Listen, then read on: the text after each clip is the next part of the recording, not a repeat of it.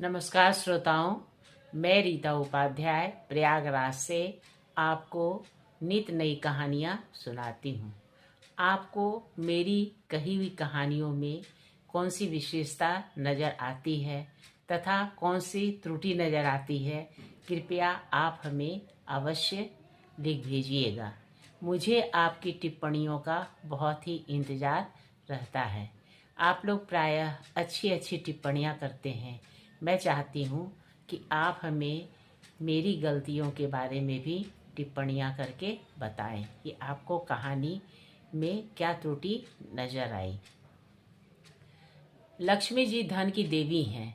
धन की आराधना सभी करते हैं, क्योंकि भौतिक युग में बिना धन के काम चलता ही नहीं है। लक्ष्मी जी धन की देवी हैं तथा विष्णु प्रिया हैं। लक्ष्मी जी की उत्पत्ति किस प्रकार हुई, आइए इस बारे में हम जानें। पुलस्त मुनि ने बताया भीष्म जी को कि किस तरह से लक्ष्मी जी का आविर्भाव हुआ। लक्ष्मी जी के जन्म का संबंध समुद्र से है। यह बात ब्रह्मा जी के मुख से श्री पुलस्त जी ने सुना था। एक समय की बात है, दैत्यों और दानवों ने बड़ी भारी सेना लेकर देवताओं पर चढ़ाई की। उस युद्ध में दैत्यों के सामने देवता परास्त हो गए। तब इंद्र आदि संपूर्ण देवता अग्नि को आगे करके ब्रह्मा जी की शरण में गए।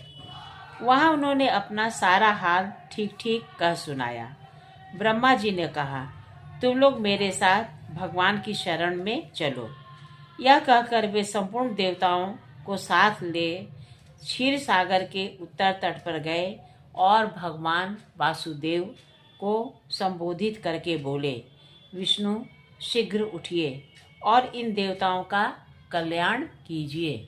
आपकी सहायता न मिलने से दानव इन्हें बारंबार परास्त करते हैं। उनके ऐसा कहने पर कमल के समान नेत्र वाले भगवान अंतर्यामी पुरुषोत्तम ने देवताओं के शरीर की अपूर्व अवस्था देखकर कहा, देवगण, मैं तुम्हारे तेज की वृद्धि करूंगा। मैं जो उपाय बतलाता हूँ उसे तुम लोग करो। दैत्यों के साथ मिलकर सब प्रकार की औषधियाँ ले आओ और उन्हें क्षीर सागर में डाल दो। फिर मंदराचल को मथानी और बासुकी नाग को नेति अर्थात रस्सी बनाकर समुद्र का मंथन करते हुए उससे अमृत निकालो। इस कार्य में तुम लोगों की मैं सहायता करूंगा। समुद्र का मंथन करने पर जो अमृत निकलेगा उसका पान करने से तुम लोग बलवान और अमर हो जाओगे।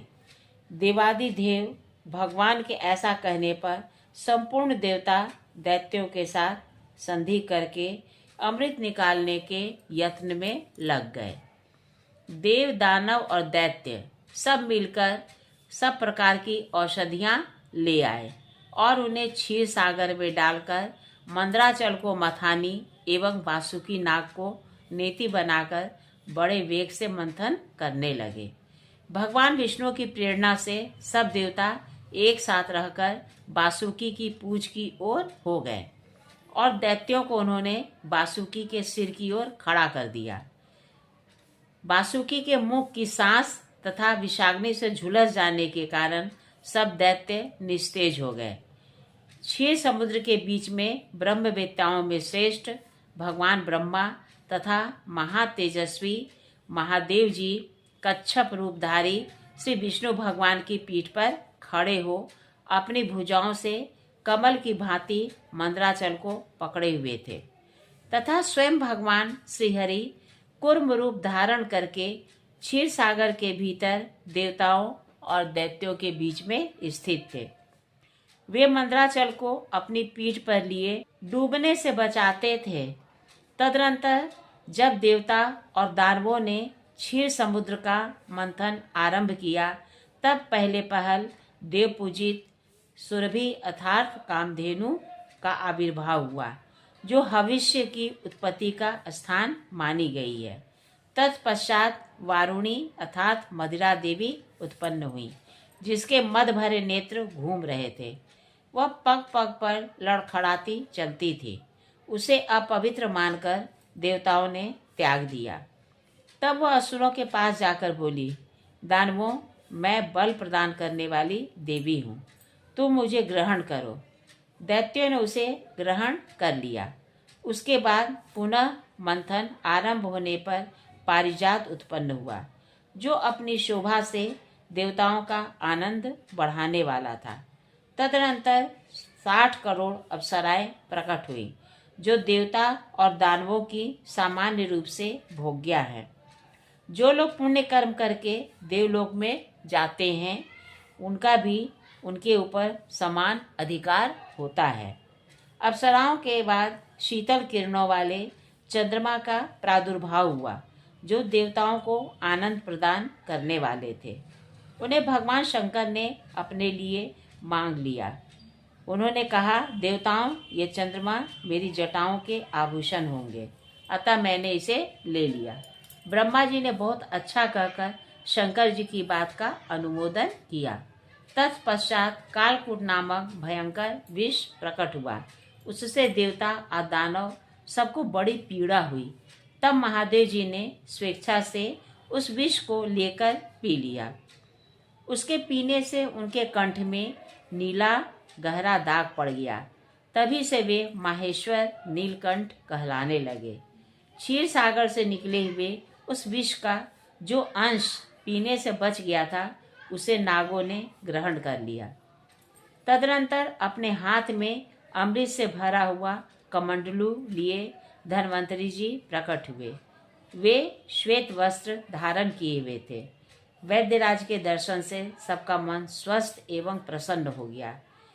इसके बाद उस समुद्र से उच्चय, श्रवा घोड़ा और ऐरावत नाम का हाथी, ये दोनों क्रमशः प्रकट हुए। इसके पश्चात क्षीर सागर से लक्ष्मी देवी का प्रादुर्भाव हुआ, जो खिले हुए कमल पर विराजमान थी और हाथ में कमल लिए थे। उनकी प्रभा चारों ओर छिटक रही थी। उस समय महर्षियों ने श्री सूक्त का पाठ करते हुए बड़ी प्रसन्नता के साथ उनका स्तवन किया। साक्षात क्षीर समुद्र ने दिव्य पुरुष के रूप में प्रकट होकर लक्ष्मी जी को एक सुंदर माला भेंट की, जिसके कमल कभी भी मुरझाते नहीं हैं। विश्वकर्मा ने उनके समस्त अंगों में आभूषण पहना दिए। स्नान के पश्चात दिव्य माला और दिव्य वस्त्र धारण करके जब वे सब प्रकार के आभूषणों से विभूषित हुई, तब इंद्र आदि देवता तथा विद्याधर आदि ने भी उन्हें प्राप्त करने की इच्छा प्रकट की। तब ब्रह्मा जी ने भगवान विष्णु से कहा, वासुदेव, मेरे द्वारा दी हुई इस लक्ष्मी जी को आप ही ग्रहण करें। मैंने देवताओं और दानवों को मना कर दिया है, वे इन्हें पाने की इच्छा नहीं करेंगे। आपने जो स्थिरतापूर्वक इस समुद्र मंथन के कार्य को संपन्न किया है, उससे मैं आप पर बहुत ही प्रसन्न और संतुष्ट हूँ। यूँ कहकर ब्रह्मा जी लक्ष्मी जी से बोले, देवी, तुम भगवान केशव के पास जाओ। मेरे दिए हुए पति को पाकर अनंत वर्षों तक आनंद का उपभोग करो। ब्रह्मा जी के ऐसा कहने पर लक्ष्मी जी समस्त देवताओं के देखते देखते श्री हरि के वक्षस्थल में चली गईं और भगवान से बोली, देव, आप कभी मेरा परित्याग न करें। संपूर्ण जगत के प्रियतम, मैं सदा आपके आदेश का पालन करती हुई आपके वक्षस्थल में निवास करूंगी। यह कहकर लक्ष्मी जी ने कृपापूर्ण दृष्टि से देवताओं की ओर देखा। इससे उन्हें बड़ी प्रसन्नता हुई। उधर लक्ष्मी से प्रत्यक्त होने पर दैत्यों को बड़ा उद्वेग हुआ।